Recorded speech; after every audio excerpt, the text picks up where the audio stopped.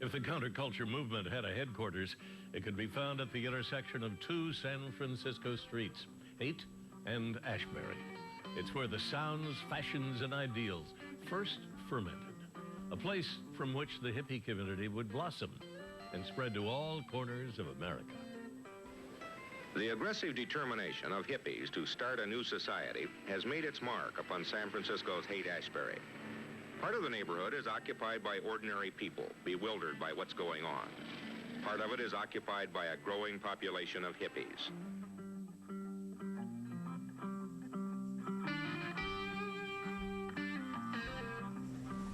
You know, the Beats were called hipsters, and the term hippies, I think it's a sort of a diminutive of hipster that indicates that they are younger and charming and harmless and kind of a fun version of the Beats. And that's what they were.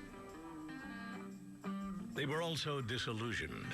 Disillusioned with their upbringing, disillusioned with America's many deviations in the 1960s.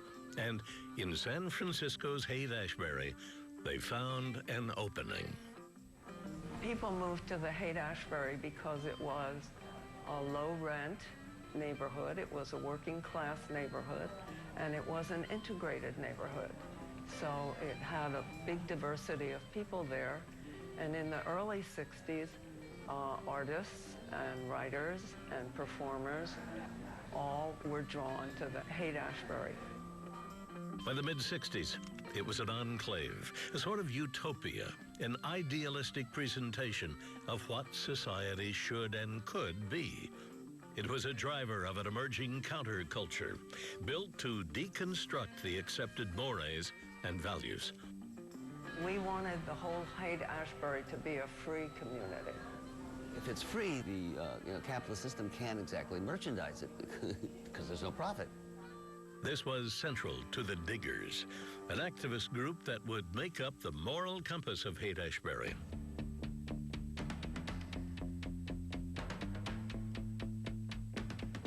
We were community outreach to make a new community. Judy Goldhaft, along with husband Peter Berg and a group of actors, including Peter Coyote and Emmett Grogan, formed the Diggers in 1966 with the intention of upending the dynamics of capitalism. They provided free food, free housing, opened a free store and a free medical clinic. If we provided the basic human necessities, then people didn't have to go downtown, put on a white shirt and a suit, become the man in the gray flannel suit. They could actually live their life and explore what would be the most beautiful life they could lead. They also performed street theater and organized free concerts, which began showcasing the rise of a new sound.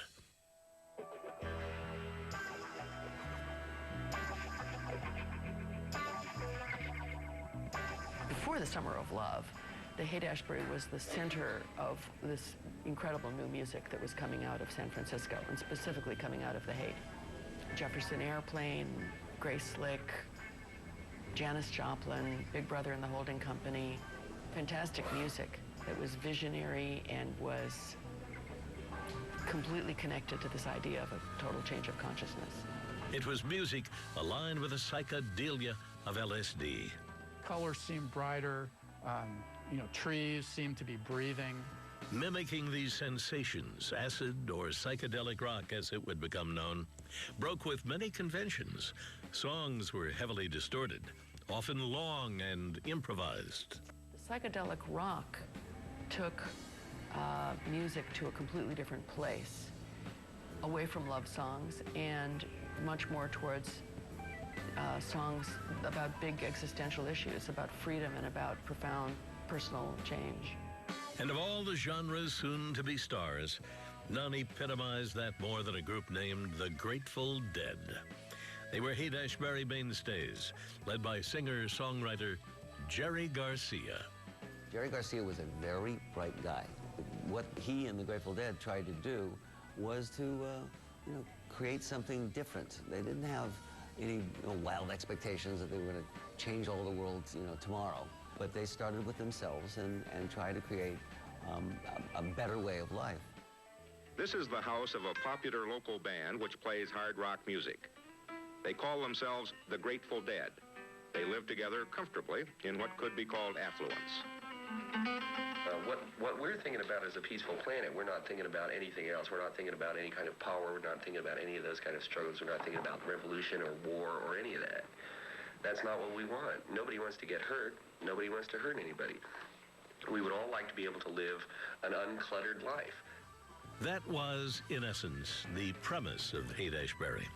A place removed from the mainstream and instead tapped into an alternative, a freer way to be, which by the end of 1966 was catching the attention of the entire country. Among those taking notice of the rise of Haight-Ashbury was an anxious United States government. Anxious because what they saw was not the betterment of society, but rather its downfall. And disinclined to sit idly by, they turned on what they considered to be the catalyst, LSD.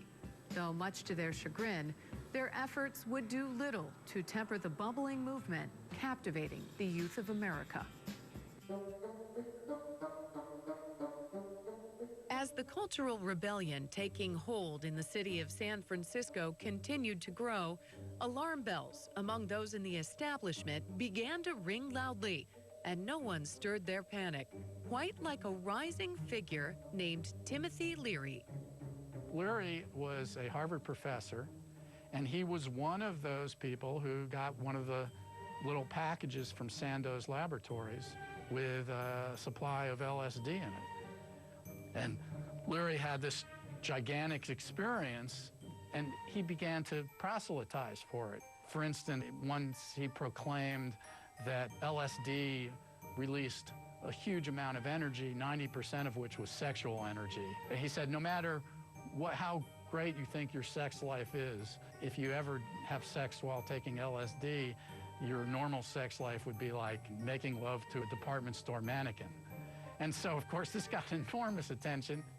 And looking at the statements that he's been making over a period of time, as late as a month or so ago, it indicates quite clearly that he was promoting the use of LSD and promoting it in a way that it wasn't going to be supervised, and in my judgment, endangering the lives of many of our citizens and particularly many of our young people.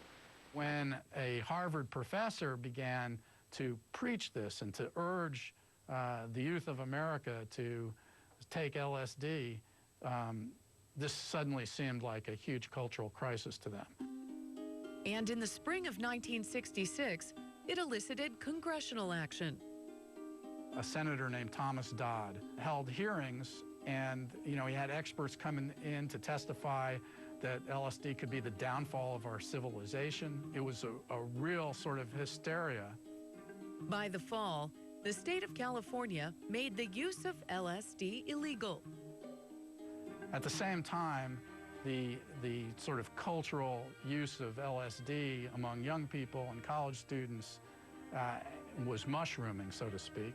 And rather than abide by the rules and regulations of the establishment, they resolved to send a message, one that would demonstrate just how mighty the counterculture had become.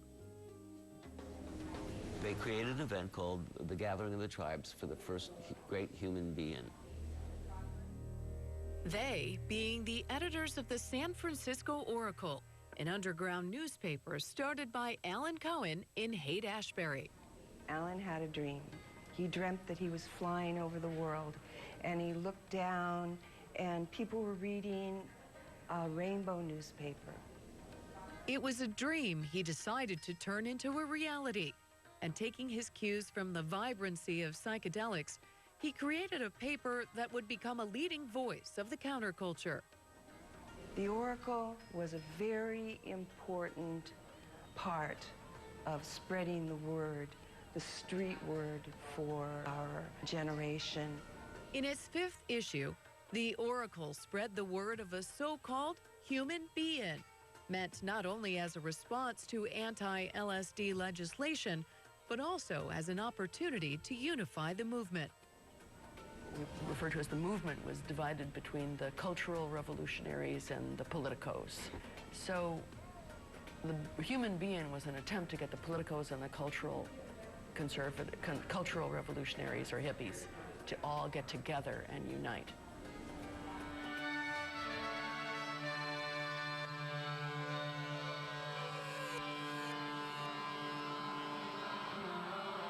Held on January 14th, 1967, in San Francisco's Golden Gate Park, the Be-In drew tens of thousands. Perhaps there were 1,000 people in the Haight-Ashbury. And somewhere north of 40,000 people showed up in Golden Gate Park. They all looked around and went, God, there's a lot of us here.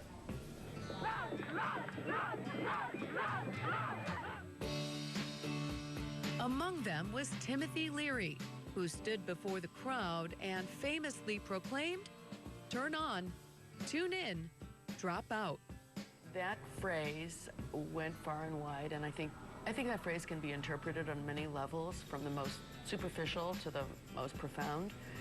And Timothy Leary himself has interpreted it, I believe, in many different ways over time. But later in life, he tried to explain that he was trying to get at something much deeper than just drop out of society. He meant drop out of conventional reality, drop out of the mainstream, turn on using LSD and marijuana, and tune in to a deeper consciousness and a more profound connectiveness of peace and love with your fellow beings. I just thought, that sounds great. Where is it? It's in California, man. You know, it's in Haight-Ashbury. So I went. As would so many others, lured by Leary's calling and the togetherness inspired by the Be-In, they'd come from all over, arriving in San Francisco that following summer to celebrate peace, love, sex, drugs, and rock and roll.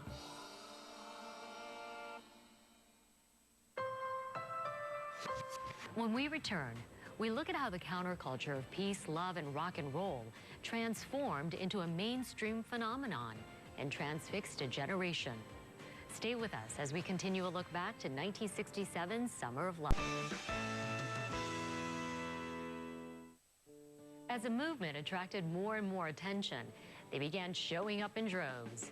Young folks traveling from all over the country to experience a San Francisco scene.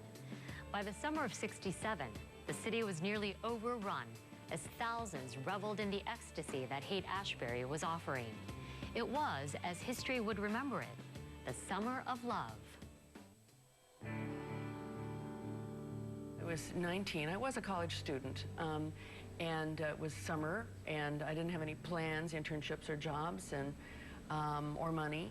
But I found a couple of other teenagers who had a VW Bug, and they were going to drive across country. So 4 of us young people just drove across the country. When we got there, we went out to see the Pacific, and then I said, just drop me off at the corner of Haight and Ashbury.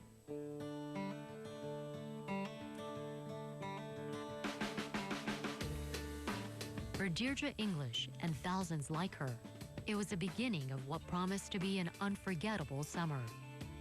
A chance to embark on a new society, a utopia uninhibited by the so-called system.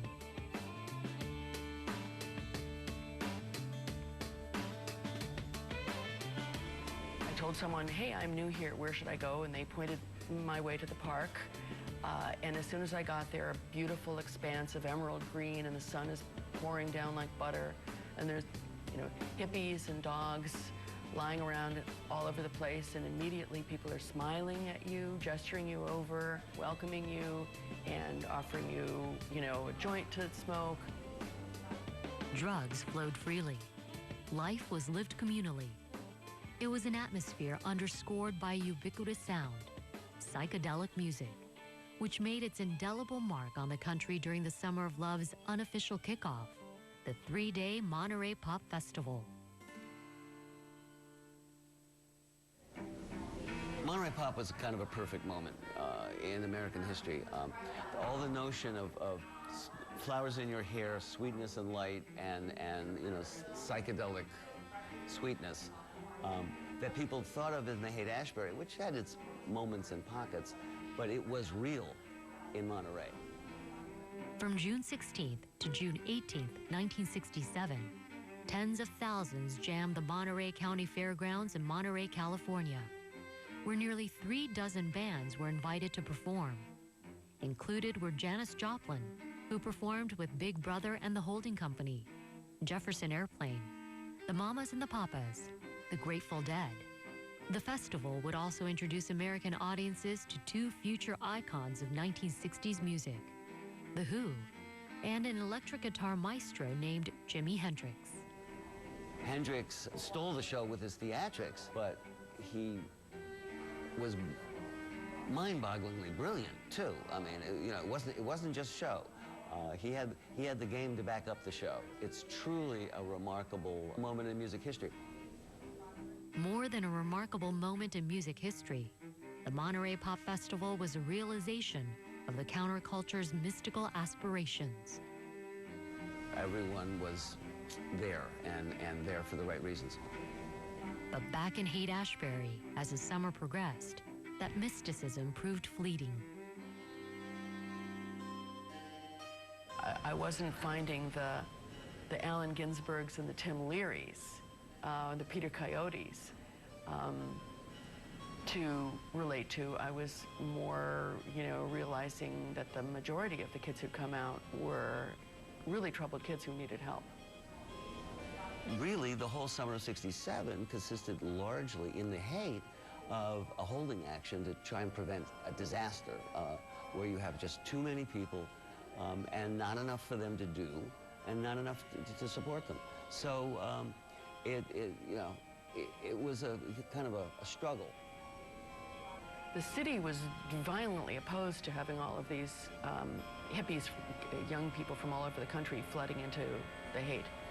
The chief of police pretty much viewed it as like, wall them up in their zoo. The health department was not going to provide any services. The city of San Francisco turned a complete cold shoulder. And so it was the diggers who, together with other people in the community, said, we've just got to do something to take care of all of these people. How are they going to eat? How are they going to be taken care of? So we did all kinds of things to make it a free community. Within no time at all, I was told, everything is free. You can have free food, free clothes from the free store, and places to crash. The diggers used free as cultural LSD. It opened up your mind to what the different kinds of realities could be. But of course, I did understand that ultimately nothing is free. I mean, the resources have to come from somewhere. I had seen, the resources played out, and I had seen the kids who were so troubled and needed much more than anybody was going to be able to give them for free. So I left feeling troubled.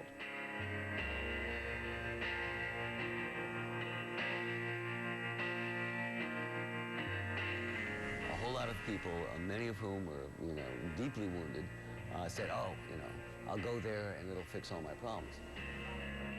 For many, that idea fell short. San Francisco in the summer of 1967 couldn't be a cure-all. But what it could be, and what it became, was an agent of nationwide transformation. Because the thousands who'd come from all over wouldn't leave San Francisco empty-handed. They weren't going to stay in San Francisco. We knew that. So when they went back to where they lived, they would have that knowledge that there were other ways to do things.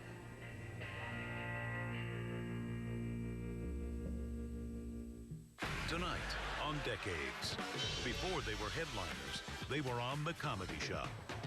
Hey, Dad, pass the salt. We never had salt when we were kids. The Comedy Shop. Tonight at 5:30 p.m. Eastern on Decades. As the sun set on the summer of '67, the Haight would see the end of its heyday. But the movement it had come to epitomize would carry on.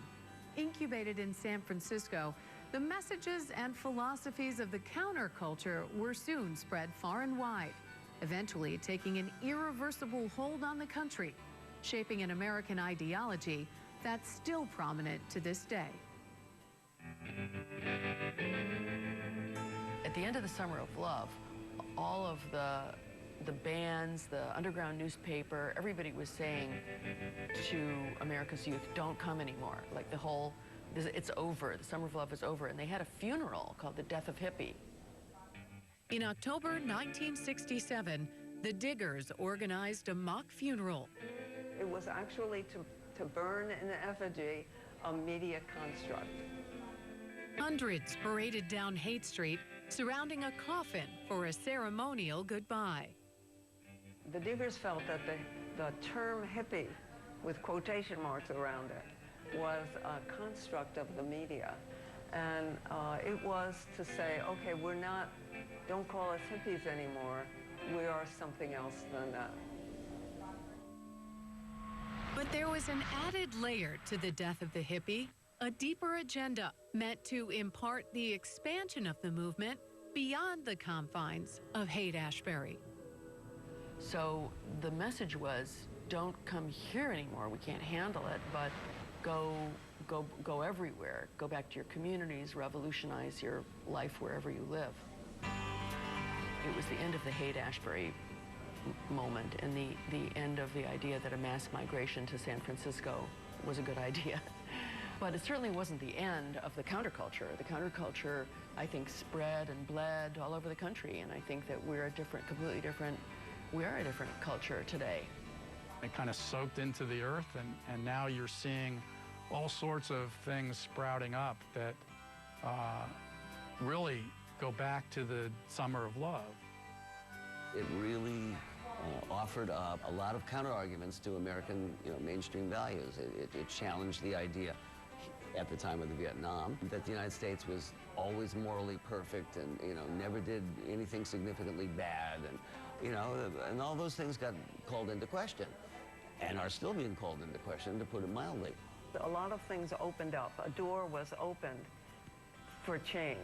The way we dressed, the way we related to each other, the idea of changing gender roles and of, women freeing themselves, and the idea of going back to the land and gardening and having sustainable agriculture, and the idea of getting away from using fossil fuels. It's not a coincidence that after the Summer of Love, Richard Nixon founded the EPA, Environmental Protection Agency. And again, this is central to current political battles. So, the issues of the Haight-Ashbury are very much part of our daily lives. The America we find today was in no small way shaped by the awakening that was the counterculture. It was a generation of confrontation, of challenging and pushing conformity. And while much is left unresolved, the resulting impact is a continued awareness and a willingness among many to carry that legacy forward. Subscribe to the Decades newsletter at decades.com for stories, trivia, and history on decades.